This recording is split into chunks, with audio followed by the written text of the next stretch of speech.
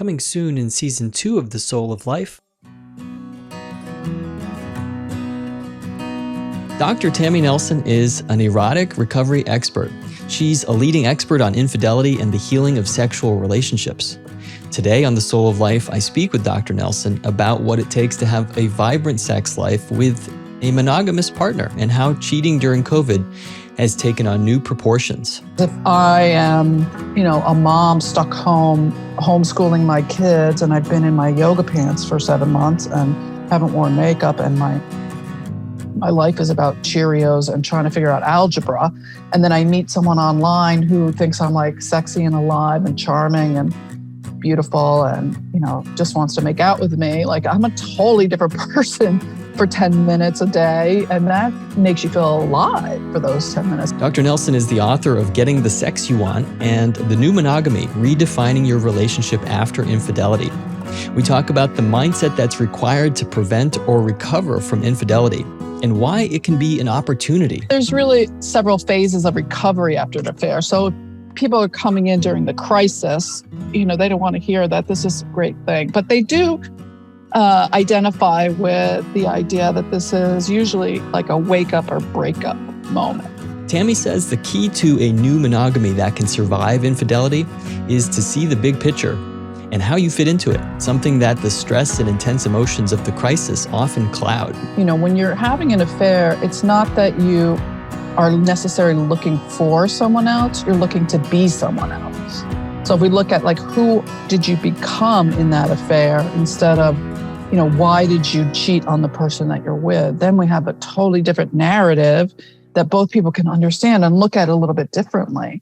The work that people like Tammy and I do as couples therapists treating infidelity usually has to include treating the symptoms of trauma, anxiety, depression, and often substance abuse, as well as grief. But Tammy says that the upside to this work is hope and opportunity to have the marriage and sexual relationship that you want. You have to be able to create a new marriage going forward, because once someone cheats, the reality is that marriage is over. And people don't want to hear that, but the monogamy agreement that you made pretty much has one rule. That rule is don't sleep with anyone else. That's pretty much it. That's all you got. You have to, both of you, grieve that. And that's over, that ended. And then you get to decide, do you want a new marriage together going forward? We discuss several myths about infidelity, sex, and eroticism.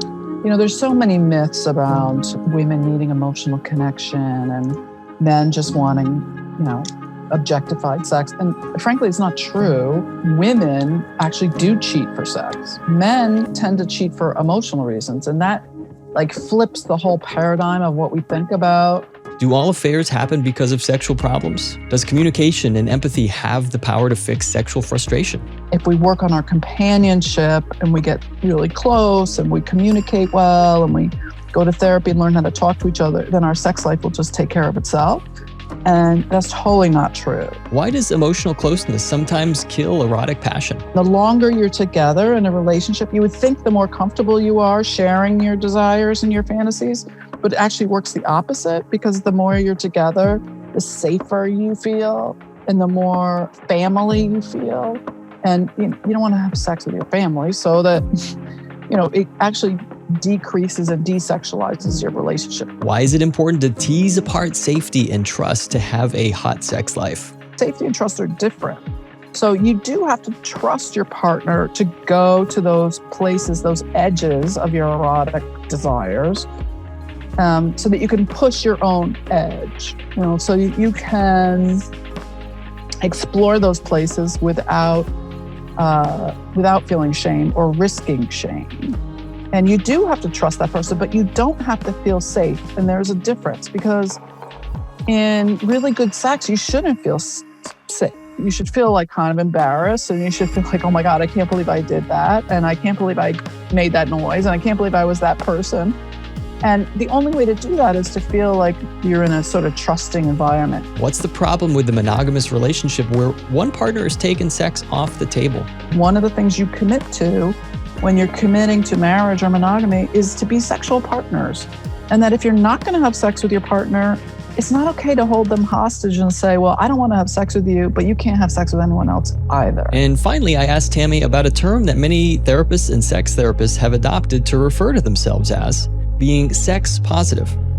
And she explains that this term comes from the belief that sexual desire and sexuality are valuable and healthy and belong in romantic relationships. It means that apart from abusive, hurtful, out of control, or self-destructive behaviors, there's no inherently right or wrong flavors of sexuality. Normal is a setting on the washing machine. It doesn't really mean anything. There's a range of sexual behaviors that has nothing to do with what we think is okay. Welcome to Season 2, Episode 4 of The Soul of Life. I'm Keith Miller, and this is the new Monogamy. Even Oprah calls it her vajayjay. You know, Please take the time now to subscribe to The Soul of Life wherever you're listening. Give it a thumbs up or write a positive review. That's the best way to make sure you don't miss out on these amazing episodes planned for Season 2.